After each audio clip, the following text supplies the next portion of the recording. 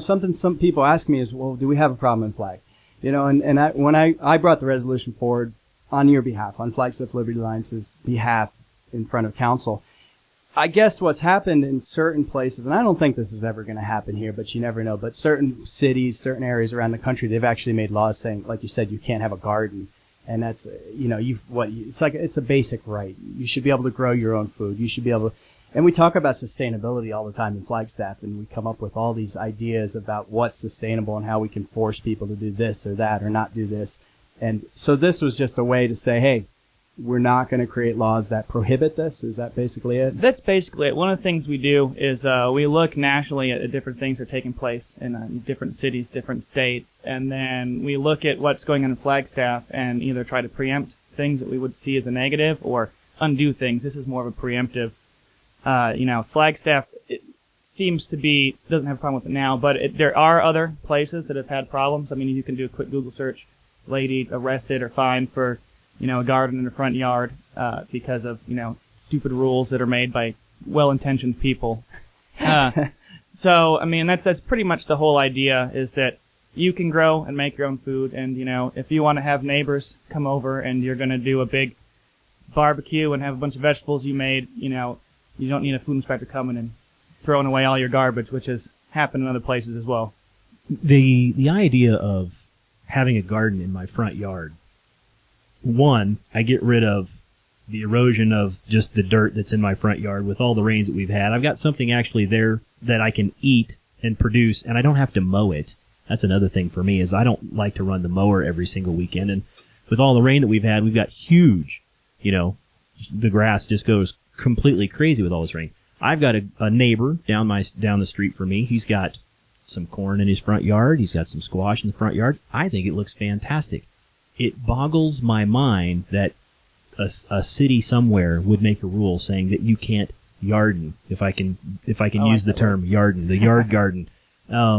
It just makes me crazy that we've gotten so repressive with each other that we can't, it's like, do you have to move 20 miles outside of town to be able to do the things that you should already naturally be able to do? Well, you would think you could do that, but we'll talk about the regional plan, and I know you've had comments on the regional plan. You've had comments on the energy code, things like that. But you'd think, you'd go out 20 miles outside of town, but then you have things like regional plans that affect and try to dictate certain terms of your life, which, okay, hey, I'm not against planning. I want to get that out there, because I think planning is good. I'm a businessman. I plan.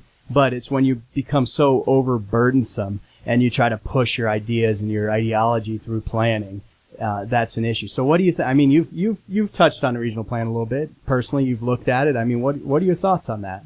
A lot of it seems okay. There's a few parts that are troublesome. Oh man, it's escaped my mind now.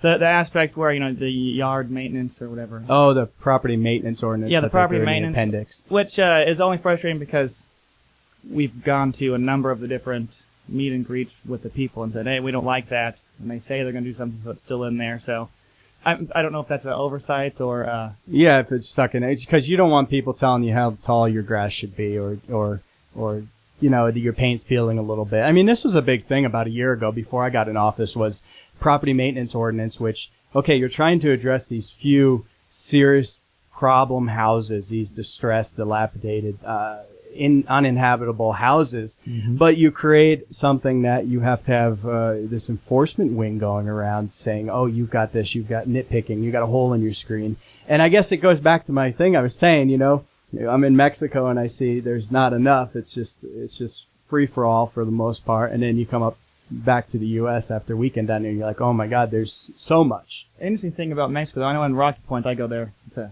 fun place. It is fun. You're right, the police force is a little lacking, though. In the nice resort areas, they have private security, which is very friendly, very polite. Oh yeah, very on the ball.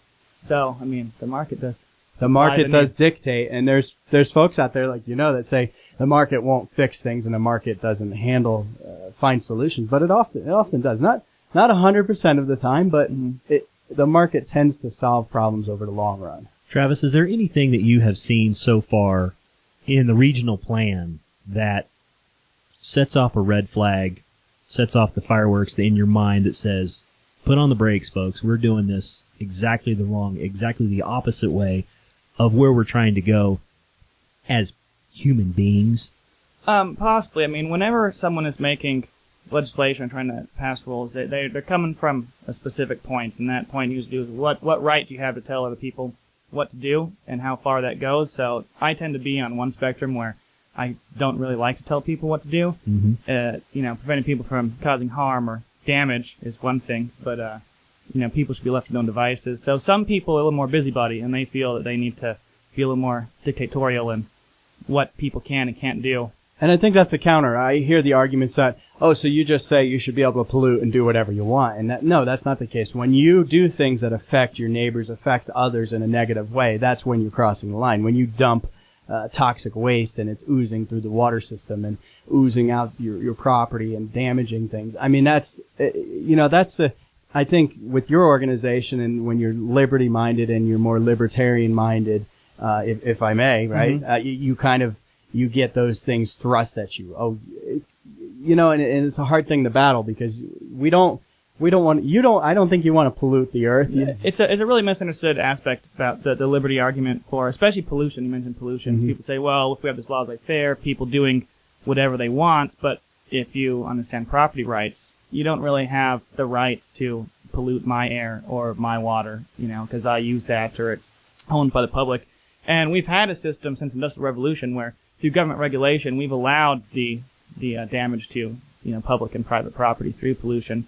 So there's actually a pretty strong liberty argument against pollution from a property rights perspective. I think as I looked at the regional plan, the thing that scares me right away, I'm on the introduction page right after the nice little picture there of the Flagstaff sign, and it says, "This is our plan." And right there in it says, "Specific goals and policies are outlined here."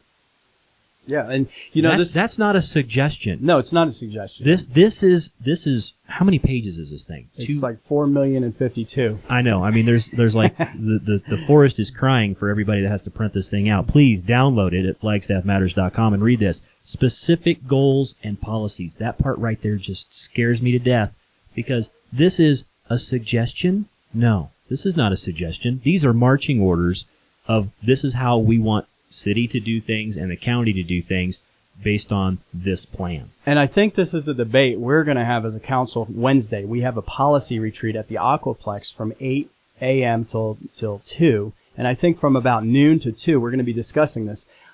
Myself and several of my colleagues are saying, first of all, is this a policy or is this just a guide, a vision? Because the city manager is telling us this is just a vision, kind of what we aspire to be. So if it's just that, well, it's a little different than if it's a policy and you have definitive language saying we will attract businesses that don't pollute. Now, that sounds good, but, I mean, we're polluting right now just by, well, not only just... We're polluting the airwaves. Yeah, that's the airwaves, what we do. But, hey, you're doing a Google search or whatever, and you're using energy to do that. So we also have to be realistic with our plans. So tell us more. I think we got to go to a break pretty quick, but we'll come back on Syria. Because you guys were involved, and I'll ask you, why don't you want to go into Syria? We're almost everywhere else. I mean, we've been in war for a long time. It seems that you've got religious extremists that are the rebels. It seems a little counterintuitive to support people that are just like we've been fighting in other places. I don't know. A lot of people are tired of war.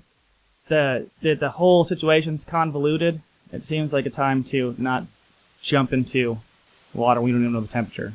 We got to stick our toe in at least, or wait to see till more stuff comes out. And ultimately, they said they'll get rid of their chemical weapons, which would be the purpose of military engagement. So, I mean, it kind of seems like the threat of it made people kind of scramble to come up with alternative solutions. So, it might not even be necessary. Can we just put them in timeout? It seems like we've been down this road, and I think that the country's very war weary. I mean, what are the polls on this thing? Yeah. It's like 90% again. It's tough. And anyway, you guys were involved with the protest, but it wasn't just Liberty Lines. It was groups across the spectrum. You even had progressive Democrats. Yeah, people that we would never normally agree with. But you got to find common ground where you can, and then work with them. And unfortunately, a lot of people don't like to do that nowadays. They want to demagogue and they're the enemy. They want to destroy what we believe in. But if you have a common goal, work towards it. Get stuff done. You're listening to Flag Mornings, AM 930 and Country 93.5. I'm joined with City Councilman Jeff Oravits and Travis from the Flag Liberty Alliance. We're going to catch up on ABC Sports, take a quick break, do some news, and then we'll come back with more right after this.